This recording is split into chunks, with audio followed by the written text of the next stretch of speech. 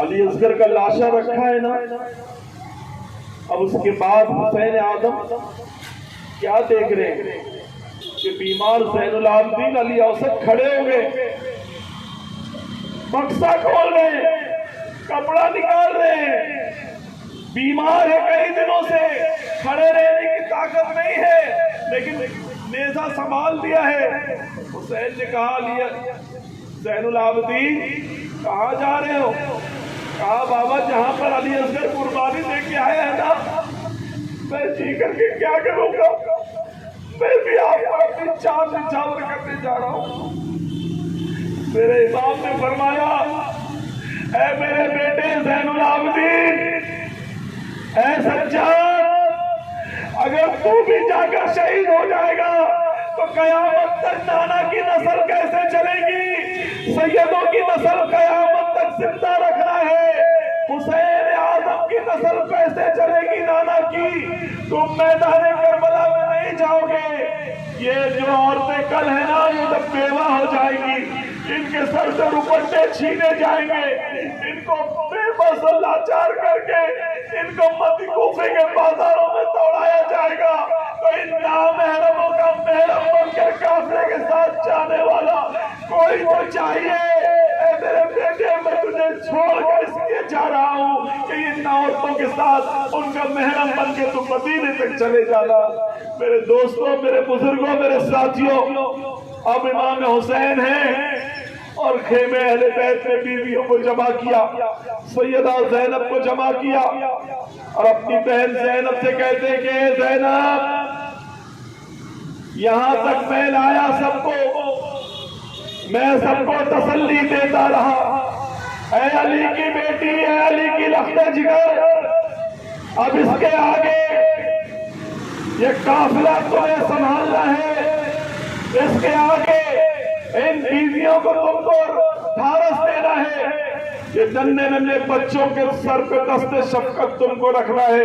میری بہن زینب، تو علی کی بیٹی ہے، ہمت نہ ہارنا، جب تیرے بھائی کو ذبح کر دیا جائے، جب تیرے بھائی کا گلا کاٹ دیا جائے، اے زینب بال نہ نوچنا، لوہا نہیں کرنا، ماتم نہیں کرنا، سینہ نہیں پیٹنا۔ زینب، تو رسول اللہ کے گھر کی بیٹی ہے، سیدہ فاطمہ الزہرا کی بیٹی ہے، تجھے ثانیہ فاطمہ کہا جاتا ہے۔ اے میری بہن زینب، ان یتیموں بیواہوں کی دستگیری تیرے ذمے کر کے تیرا بھیا جا رہا ہے۔ آپ اندازہ لگائیے کہ اس وقت کیا عالم رہا ہوگا جب اپنے بھائی کو، اپنے شوہر کو، اپنے باپ کو لوگ رخصت کر رہے تھے۔ اللہ اللہ، سیدنا امام حسین نے رسول اللہ کا امامہ پہنا، مولا علی کی جو ہے آپ نے اپنے ہاتھوں کے اندر جو ہے تلوار ذوالفقار لی اور بھائی حسن کا پٹکا پہنا۔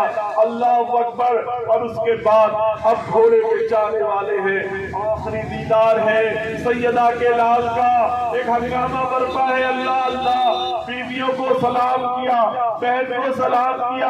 اللہ اللہ، حسین اب جانے والے، گھوڑے پہ چڑھنے والے ہیں۔ اس سے پہلے جتنے لوگ جاتے تھے نا تو سب کو حسین گھوڑے پہ چڑھاتے تھے، لیکن آج حسین کو گھوڑے پہ چڑھانے والا کوئی نہیں رہ گیا، اب کوئی نہیں ہے۔ سیدہ زینب آگے بڑھی، اے میرے بھیا، آج گھوڑے پہ تجھے چڑھانے والا کوئی نہیں، میں تجھے گھوڑے پہ چڑھا دوں۔ میرے حسین نے فرمایا بہن، میدان جنگ میں عورتیں باہر نہیں نکلتی، تو یہیں سے میرے لیے دعا کرنا۔ امام حسین خود گھوڑے پہ چڑھتے ہیں، اب گھوڑے کو جب ایڑ لگاتے ہیں نا تو گھوڑا آگے بڑھنے کو تیار نہیں۔ امام حسین اپنے گھوڑے سے کہتے کہ زندگی بھر میرا ساتھ دیا تو نے، آج یزیدی فوج سے ڈر گیا، کیا بات ہے، چلتا کیوں نہیں ہے؟ گھوڑے نے منڈی ہلائی اور کہا پیچھے کی طرف دیکھو حسین، میں کیسے چلوں؟ سکینہ کے دونوں ہاتھوں میں محبت کی زنجیر ڈال دی ہے میرے پاؤں میں۔ گھوڑے کے پاؤں کو سیدہ سکینہ پکڑے ہوئی تھی اور کہہ رہی تھی بابا